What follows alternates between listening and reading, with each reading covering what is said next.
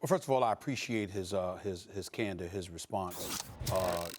He's upset. He and I spoke yesterday. We spoke briefly, and he's upset about a few things, and he was upset about how things were interpreted. But he also accepts responsibility for how he made himself look by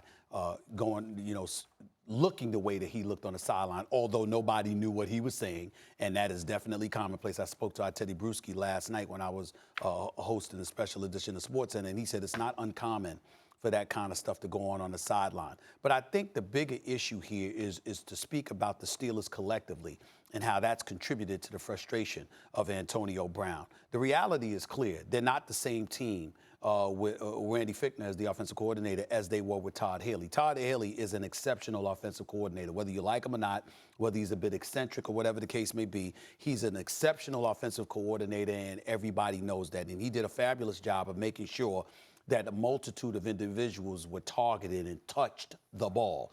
That's not necessarily the case right now. It doesn't appear to be the case, but it is the case.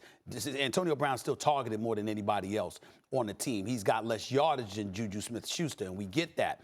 But the flip side is the play calling. It's the play of Big Ben Roethlisberger. It's Roethlisberger's communication or lack thereof with Antonio Brown and others. I mean, it's just one of those situations where it just appears to be a different environment. And because of it, there's a lot of dysfunctionality that's raking through the Steelers organization right now. And one of the things that I said, and I said last night on that SportsCenter, is that there's a team like the Pittsburgh Steelers in the National Football League. It would happen to be the Kansas City Chiefs. Here's the difference. They play together. The Steelers are not playing together. The Kansas City Chiefs are about team. The Steelers appear to be about themselves, and they better get it together because this season is on the brink. Their defense, meaning their secondary, looks like straight garbage, okay? Kansas City, obviously, going against them in time with Cleveland didn't bode well for you. But in the end, what it comes down to is, like I said, one's a team, the other's a collection of individual parts disguised as a team just because they're wearing the same uniform. And that is what is frustrating Antonio Brown just as much as everything else. My takeaway after hearing from AB is that he is image conscious. There was a very unflattering article in ESPN's The Undefeated on Antonio Brown and how he is image conscious, but the images that you see on Instagram, for example, from Antonio Brown do not match with the reality. And I think there was that out there. And then you start hearing, I called him a prima donna on the air, as many top wideouts are.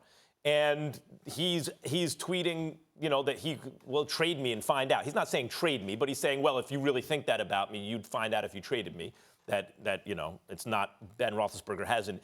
And I think he eventually realized, an image-conscious person, wait a minute, this is getting away from me here.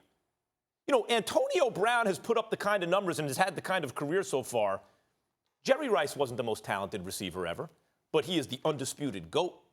Antonio Brown's not the most talented wide receiver of his era, but he's putting up the kind of numbers that it's not unthinkable that one day he'll be challenging Jerry Rice for the position as who is the greatest receiver of all time. I mean, he's put up Jerry Rice kinds of numbers. If this continues for a bunch more years, he's going to be in that conversation.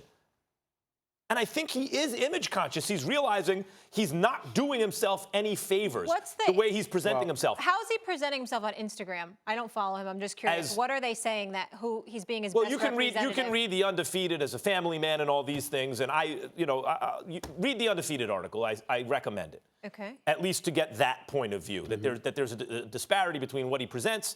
By the way, as there is with everyone, and what you present to the world and the reality, it's never as. I don't think it's about what you. I think that some people are more real than others. I certainly, for example, I use myself. I don't give a damn what anybody thinks. This is who I am, and that's the way it's going to be. But you're not going to Some people care about it, though. But you're not going to. That's true. You care less about it than many people I have met.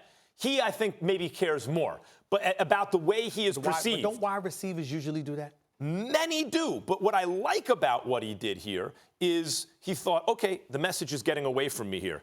I need to clean some of this stuff up. You know what? I shouldn't have responded this way. Yes, I'm upset about this. This is why. It's not about my personal numbers. I'm trying to win. That's all good. But one of the things that I wanted to also piggyback off of, Max, is he said, it ain't about the money. I don't care about the money. Now, most people think that when you hear that from an athlete in particular, they're lying through their teeth. Let me tell you why a lot of times they're not lying. And I use myself as an example. You know the two key words in all of that is direct deposit. I don't think about the money because I know it's there. Once I know it's coming, I ain't think about it. You understand? So now, all of a sudden, what you're focused on is everything else. And he has to go out on the field. He's got his money. He's under contract through 2021. It's not a money issue. It's about the fact that I'm getting paid this money. I have proven through my work ethic and my level of production, 5 consecutive seasons, 100-plus receptions, over 1,200 yards, universally recognized one of the top 2 receivers in the world. Why am I having these issues? And that's where the image comes in, because he's like, wait a minute. There is nothing on my resume that says I should be in this situation. There's nothing on our resume that says we should be in this situation. Question for you as a Steelers fan. Sure. And as someone who's in touch with various members of the team. Okay. Do you think, like, I like the fact that he thinks his image is getting away from him. I don't mean that to be a negative thing. Right, he's image conscious and it's getting away from him. Do you believe when that happened just now, Antonio Brown looked at himself and thought, I got to look at what I'm doing, and that was genuine, or it's simply for public consumption? I think it's for public consumption in this regard.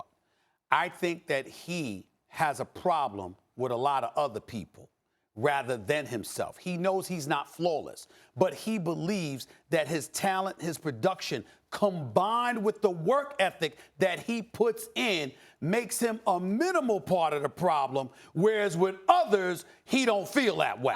That's what I think. I don't know that, Tough to but that's argue what I think. When you work like Antonio Brown, which you have to get that good, it's tough to argue with a guy saying, hey, these guys aren't working the same way. Keep in mind, our very own Ryan Clark works here, a Super Bowl champion, a former teammate of Antonio Brown, who has been critical of Antonio Brown in the past, and even he says, one of the hardest workers I've ever seen.